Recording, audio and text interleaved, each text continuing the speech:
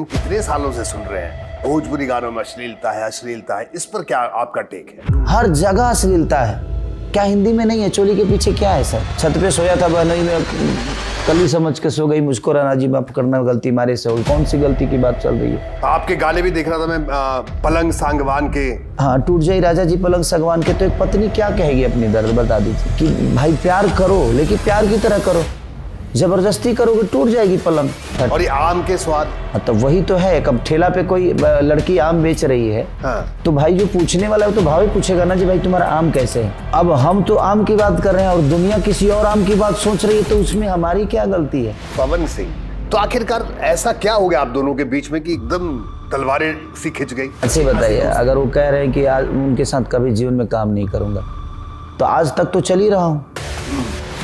उनसे ज़्यादा फिल्में की है मैंने, उनसे बाद में आके। दूसरी की जो अब मुझे पहले बात थी कि जाति की, आज भी हम दोनों की जातियाँ, उनका ठाकुर है, मेरा यादव है। तो उनके लोग लगता है कि खेसारी क्यों बड़ा हो जाए, हमारे लोग को लगता है कि नहीं हमारा बड़ा है।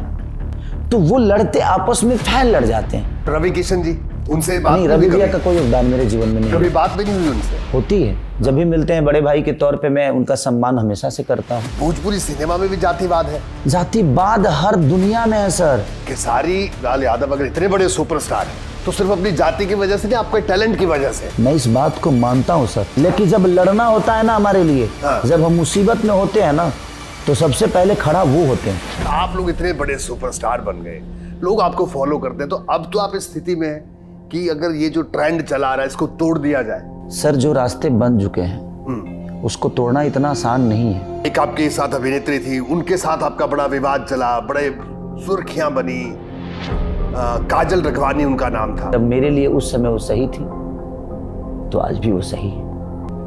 अब उनके लिए मैं कितना सही और कितना गलत, कुछ सवाल के जवाब नहीं होते हैं। खेसारी भाई, आप इतने दिल से बात कर रहे हैं, एक बात और बताइए, ये प्यार हुआ आपको? क्यों नहीं होगा सर, इंसान हूं, किसको नहीं होता है? मैं झूठ नहीं बोलता। ठीक बात है, मैं वही कह रहा हूँ। क्यों नहीं होगा प्यार? किसी को होता है प्यार, एक लगाव होता है, इमोशन होता है। मर्दों को प्यार नहीं होता, आदत लगती है सर। खेसारी भाई, अभी गोरखपुर महोत्सव में पवन सिंह और रवि किशन जी एक साथ एक मंच पर थे, तो उन्होंने कहा कि कुछ लोग जब बड़े स्टार हो जाते हैं तो शायद टेढ़ा मेढ़ा चलना शुरू कर देते हैं। पहले हाथ से पैर छूते थे, अब घुटनों पर आ गए हैं। अब उनको हो सकता था जो दंडवत करना चाहिए था मुझे, अभी बच्चन साहब के सामने उनको भी दंडवत कर लेना चाहिए, या मोदी जी के सामने ऐसे पड़ जाना चाहिए उनको।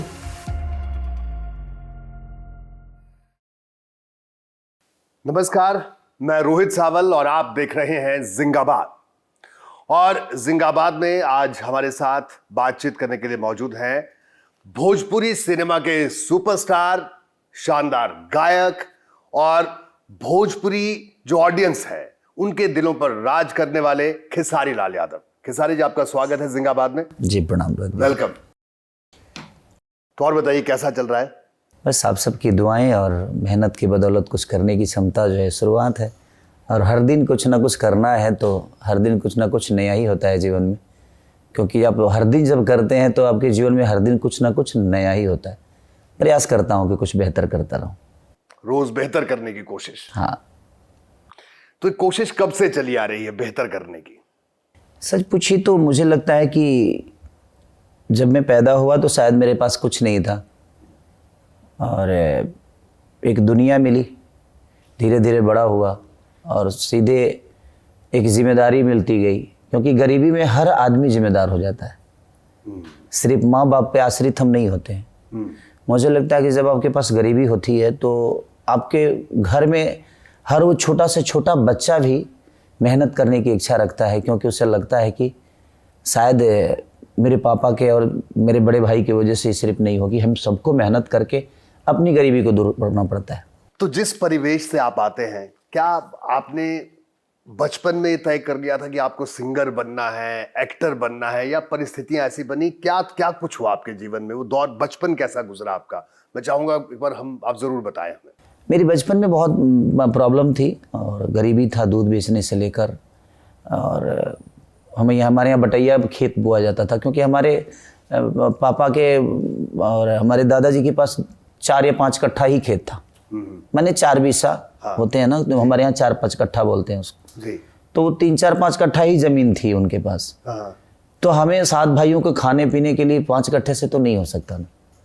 तो हम लोग अधिया पे, जो हमारे गांव के लोग हैं जिनके पास ज़्यादा खेत हैं, बताइए। ज़्यादा ज़मीन है, बटैया हम लोग उनके खेत बोते थे और सब भाई मेहनत करते थे। सब आपने भी खेत में काम बहुत किया मैंने, मुझे सब कुछ आता है, हर चलाने से लेकर, कुदाल चलाने से लेकर, बिया उखाड़ने से लेकर, रोपने से लेकर, हर वो चीज़। आप किसानी के जो भी आप पिता सिर्फ कहेंगे। किसानी करते थे? नहीं, पापा मेरे किसान नहीं थे। पापा दिल्ली रहते थे, चाचा मेरे साथ वहाँ पे, हम लोग गांव पे रहते थे, तो चाचा खेती करते थे। हम सब भाइयों को वही पढ़ाए भी, जितना भी हम पढ़े चाचा ने ही पढ़ाया। पापा का हम लोगों को बड़ा करने के लिए और उस किताब के पैसे के लिए और हमें कुछ बेहतर बनाने के लिए पापा मेहनत करते थे, और हमें स्ट्रांग बनाने के लिए चाचा मेहनत करते थे। पिताजी दिल्ली में नौकरी? हाँ, नहीं, उस समय चना बेचते थे पापा मेरे, चना बेच, और रात में गार्ड की नौकरी करते थे दिल्ली में। हाँ, तो 2 ड्यूटी करते थे ताकि उनको डबल पैसे मिले। तो उसके लिए, क्योंकि 7 भाई थे, चाचा के 4 लड़के और हम 3 भाई, तो सब पूरी फैमिली मेरी एकजुट शुरू से है। तो उनके लिए भी पापा को ही सब कुछ करना है, क्योंकि अकेला कमाने वाले थे। बट धीरे धीरे इतना कुछ करने के बाद भाई बड़े सब हमारे जो हमसे बड़े हैं सब बड़े हुए, तो धीरे धीरे सब कमाने लगे। फिर लिट्टी चोखा हम बेचने लगे, क्योंकि गायकी में वो स्कोप था नहीं उस समय। कहाँ लिट्टी चोखा बेचते थे आप? ओखला, संजय कॉलोनी एक जगह है आपको। हाँ, ओखला जी। हाँ, तो ओखला में संजय क्या कॉलोनी। उम्र होगी आपकी उस वक्त खेसारी भाई? उस समय 2004-5-6 की बात है, 4-5-6-7 तक। मतलब 2004 से लेके 7 तक आप लिट्टी चोखा बेचते थे दिल्ली दिल्ली में, ओखला में। तो उस समय मैं रामायण का गायक था, मैं रामायण महाभारत गाता था। गाते भी थे साथ में? गाता मैं शुरू से, बचपन से ही। तो कब गाने की शुरुआत कैसे हुई, मतलब कब आपने मैं गाना? दूध लेके जाता था तो मैं बहुत गाता था। तो मैं, आधे तो लोग दूध हमसे इसलिए लेते थे कि मैं गाता था, उनको गाना सुनाता था। तो इसलिए उनके घर पे 250 ग्राम, किसी के घर पे आधे किलो, किसी के घर पे 1 किलो, तो 5-7 किलो में दूध लेकर उसी उम्र में जाता था। तो घर घर हम लोग पहले देते थे कि इनके घर पहुंचाना है मुझे। आज आप लोग ये जितने भी ऑर्डर करते हैं ब्लैंकेट से चाहे चीज़ें, मैं ये काम, ब्लैंकेट वाला काम, मुझे लगता है कि 2001 से लेकर या 1 से पहले 1996-97 से ये ब्लैंकेट का जो डिलीवरी बॉय होते हैं, हमने उसी समय डिलीवरी बॉय का काम किया था कि घर घर हम दूध पहुंचाया करते थे, और महीना लगता था तो उसका जोड़ के पैसा मिलता था। तो आपने पहले बिहार में ही गांव में काम किया, जो आप बोल रहे हैं दूध बेचने का, उसके बाद आप दिल्ली आ गए? नहीं, वहीं पे मैं गाता भी था, सीखता भी था। मैं वहाँ पे पहले, मैं जब 8 साल का था तो मैं उतनी छोटे से ही गाना गाता था। तो मेरे चाचा, एक सिवान जगह है, तो सिवान से एक गायक थे रामाशंकर यादव जी, जो रामायण गाते थे, उनके साथ मैंने 6 महीने रहा। फिर वहाँ प्रॉब्लम आना जाने का हुआ, और सिवान का उस समय माहौल बहुत ख़राब था, तो उसके वजह से डर भी लगता था सिवान में रहने पे। तो फिर मैं चला आया। तो हमारे यहाँ के बगल के ही एक कमलाकांत मिश्रा जी गायक थे, जो रामायण के गायक आज भी हैं, तो उनके साथ मैं फिर रहने लगा। तो मैं 4-5 साल उन्हीं के साथ रहा। मैंने गायकी, बल्कि रामायण महाभारत सीखा, रामायण के हर वो चीज़ मैंने सीखी, महाभारत, शिव पुराण से लेकर हर चीज़ें, ताकि मैं व्यास बनूं। बट सिचुएशन ऐसी थी कि कार्यक्रम बहुत कम होते थे उस समय, 500, 600, 700 रुपये का कार्यक्रम होते थे। उसमें आदमी तबला वाले को क्या देगा, बैंजू वाले को क्या देगा, तो जो ऊपर से कमाई होती थी उसी में, जो हम गा रहे हैं कोई खुश होकर दे दिया तो वही हमारी बचत होती थी। जो सट्टा होता था उसमें बचत नहीं होती थी। बट धीरे धीरे चीज़ें होती गई, फिर नहीं समझ में आया तो फिर दिल्ली आ गए। फिर गए आपके कापासड़ा बॉर्डर पे, हमारे बड़े भाई रहते थे, वहाँ पे गए। वहाँ पे धागा कटिंग की, वहाँ भी समझ में नहीं आया। तो फिर, क्योंकि जाना कहीं और था तो समझ में कुछ आ ही नहीं रहा था।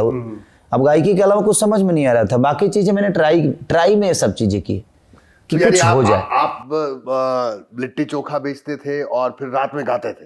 हाँ, वो होती थी मेरे साथ।